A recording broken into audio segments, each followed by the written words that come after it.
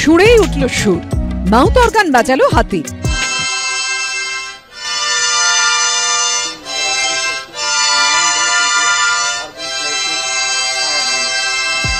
রাম মন্দির উদ্বোধনের আগে শনিবার তামিলনাড়ু রঙ্গনাথ স্বামী মন্দিরে পুজো দিলেন প্রধানমন্ত্রী নরেন্দ্র মোদী। হাতির সুরে তিনি তুলে দিলেন মাউথ অর্গান। দেশের প্রথম প্রধানমন্ত্রী হিসেবে তিরুচিরাপল্লী শ্রী রঙ্গনাথ স্বামী মন্দিরে গেলেন মোদী। প্রধানমন্ত্রীর সামনে রামায়ণের স্তব পাঠ করেন এক গবেষক।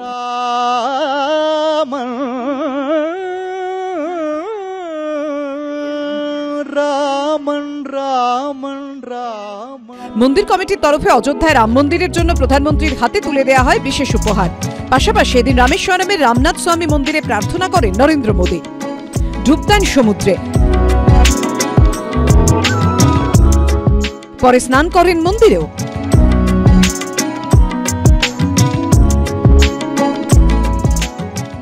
এদিনই নজরুল গীতির মাধ্যমে রাম ভজনা করেন প্রধানমন্ত্রী। শিল্পী পায়েল করেন মন জপনাম গানটি সোশ্যাল মিডিয়ায় পোস্ট করে প্রধানমন্ত্রী লিখেছেন, বাংলার মানুষের প্রভু রামের প্রতি অসীম ভক্তি রয়েছে। সোমবার রাম মন্দিরের উদ্বোধন করবেন প্রধানমন্ত্রী। তার জন্য 11 দিন ধরে বিভিন্ন আচার পালন করবেন। গত 12ই জানুয়ারি মহারাষ্ট্রের নাসিকের কালারাম মন্দির থেকে আচার পালন শুরু করেছেন তিনি। রাম নাম জপ করছেন, রামের গল্প শুনছেন, গোমাতার সেবা করছেন ও গরুদের খেতে দিচ্ছেন।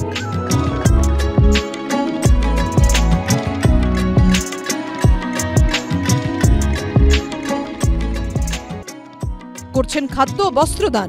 মহারাষ্ট্রের নাসিকে মন্দিরে ঝাড়ুও দিয়েছেন প্রধানমন্ত্রী।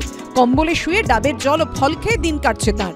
মহারাষ্ট্র, কেরল, অন্ধ্রপ্রদেশ হয়ে শনিবার তামিলনাড়ুতে পৌঁছন। যান রামেশ্বরম এবং ধনুষ্কড়ি মন্দিরে, যে জায়গাগুলির সঙ্গে শ্রীরামের গভীর সম্পর্ক রয়েছে। রামেশ্বরম দ্বাদশ জ্যোতির্লিঙ্গের একটি। পুরাণ অনুযায়ী এই জ্যোতির্লিঙ্গটি শ্রীরাম প্রতিষ্ঠা করেন। ভগবান রাম এখানেই শিবের আশীর্বাদ চেয়েছিলেন।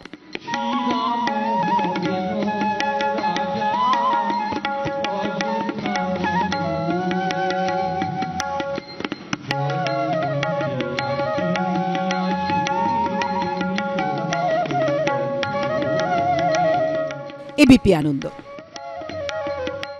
সত্য অন্তহীন, সত্যের খোঁজও তাই, সত্য সন্ধানে তাই আমরা অক্লান্ত, অকুতভয়। এবিপি আনন্দ নতুন ভাবনার প্রতীক, যা মনে মুক্ত, তথ্যে যুক্ত এবং যাবতীয় সীমানার বাঁধন থেকে মুক্ত। সীমা না শব্দটির মধ্যে লুকিয়ে আছে মানা শব্দটি, যেন চোখ রাঙানি এক অদৃশ্য ব্যানাজার, যা আটকে রাখে আমাদের এক ছোট্ট গণ্ডির মধ্যে। একমাত্র সঠিক খবরই গড়ে তুলবে এক মুক্ত সমাজ। সেই জগৎ গড়ার লক্ষ্যে কোনো সীমানার ঠুকুটি আমরা মানব না। এবিপি আনন্দ এগিয়ে থাকে, এগিয়ে রাখে।